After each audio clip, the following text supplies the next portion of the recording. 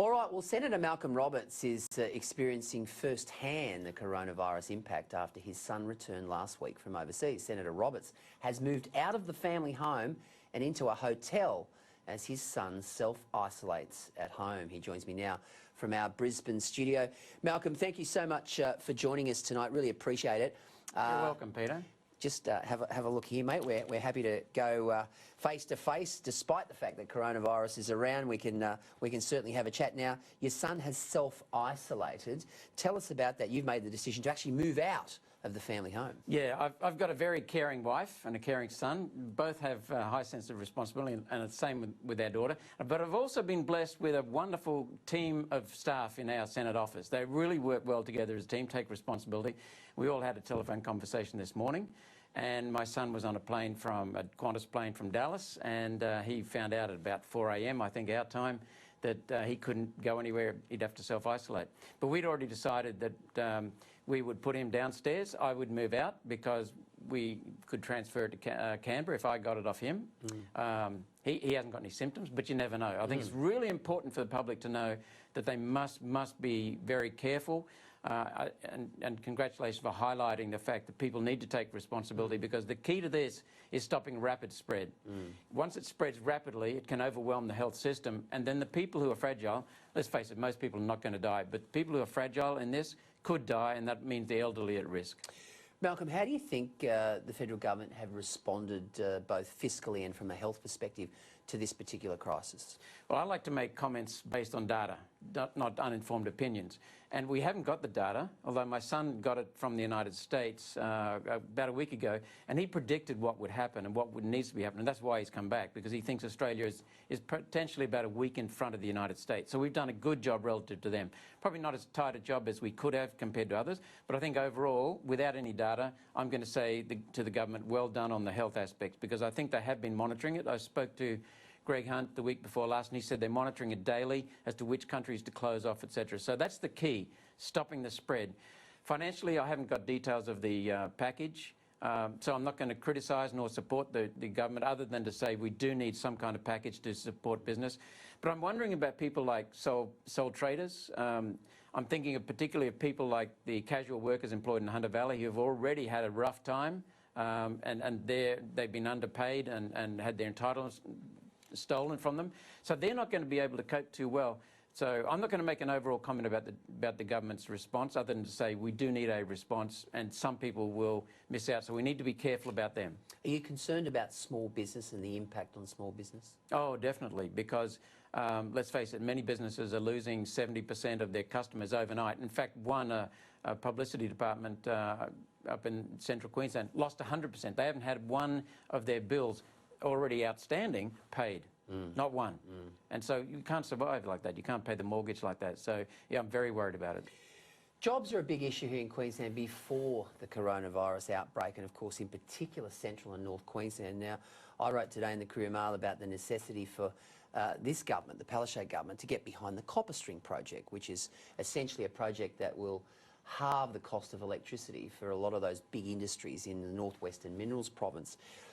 Malcolm, I know One Nation are very pro-jobs, very sort of pro-progressive party. What do you say to the Palaszczuk government because of this indecision when it comes to copper string? Well, when it comes to energy in general, Peter, we say to both the Liberal National Coalition federal government and the state Labor government, stop tinkering with our electricity system. We think the copper string is on the right track. The intent is correct, but the delivery, the execution is not. I'd rather see it government-owned. Just like we'll have a sole player owning the entire entry into the rail line into the Galilee, with Adani owning that, thanks to federal government loan. You know, that gives them a monopoly over that. This will give copper string a monopoly, privately owned. And who knows what will happen in the future. The history of private electricity in this country is atrocious. And we've got now some private enterprise ownership that's been sold to the Chinese, for example. What will happen to copper string? I'd rather see it government-owned, government-funded and government-managed. The other big issue in North Queensland for our Townsville, Rocky, Mackay and, of course, Cairns viewers is that juvenile crime's out of control, Malcolm. Yeah. I mean, you're 4 times more likely to be assaulted in Cairns than in Brisbane. You're 3 times more likely to be assaulted in Townsville than Brisbane. This Youth Justice Act Many are suggesting it's just a revolving door policy for young crims. What's One Nation's take on that? Well, what's reprehensible about this is the fact that the Queensland Labor government last year passed legislation making it difficult for judges to put people away. Correct. And now they're blaming the magistrates. I mean, it's just crazy. This shows the duplicitous nature of the Palaszczuk government. Clearly, the way the detention centres work, it's not working because it's turning people who go in there for minor crimes or even less serious forms of assault and stealing into major criminals. That's not working. On the other hand, just letting them run riot in the streets is not looking after the key criteria, which is safety of the public. So we have to come up with something, I think, that puts responsibility back on people. I'm thinking of some of the work that Jeff and Vicky Toomey are doing near Townsville and other places too, giving opportunities for people to come out of the incarceration, go into proper training programs, rehabilitation programs, and emerge as responsible adults. That's what we need to do. We can't just keep putting people in slammers and making them even worse. This Paradise Dam scandal that's engulfed the good folk of Bundaberg, have you seen anything like it? Well, the incompetence of the government and the dishonesty again of the Palaszczuk government. They wouldn't come clean on the reasons for doing it, and then they did it suddenly, didn't give people an opportunity to get the water, and they just dumped it on people. So, and it's all gone out to sea for no benefit to anyone. The Palaszczuk government doesn't seem to care about any of the constituents. They just care about looking good in headlines rather than doing good. Okay, now inland rail is a big issue, particularly around Millmerran, Dalby, that sort of area. Floodplains. Floodplains areas, yeah. And I know you've been quite vocal on this, Senator Roberts. What's the solution to trying to sort of, obviously we need nation-building projects like the Inland Rail project, but not at the expense of, you know, dislocating a lot of these farmers? Well, it's not just the dislocation, it's the destruction of some businesses. There are businesses there that essentially would go well and truly underwater and be destroyed. I'm thinking of an egg farming place right near Millmerran. But these places, with a causeway going, with a raised elevated track going across 30 kilometres of floodplain, it's essentially a 30-kilometre dam, and it dams water at least 2 metres high behind that. And that will cause enormous destruction, loss of soil, and above all, flooding of crops, flooding of houses, and flooding of businesses. So that's the thing. So it's quite clear to me that the rail will have to be raised on a bridge.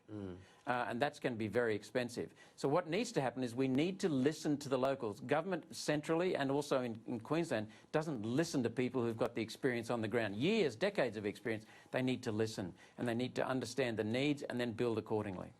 Well, Malcolm Roberts, thank you for joining us tonight from our Brisbane studio. Crazy times at the moment. Stay safe. I hope that your son is good, and no doubt. Will Parliament go ahead in Canberra next week, do you think? We've heard discussions already between the whips of the major main parties, and our whip responds that they're talking about alternatives, maybe reducing the number of days. But at the moment, tonight, the last thing he told us was no real changes, business as usual. Okay. But except for staff going to Canberra, need to be halved. Yeah. Oh, right. Okay. So there will be an impact on federal Parliament next week. Malcolm, thank you for joining us.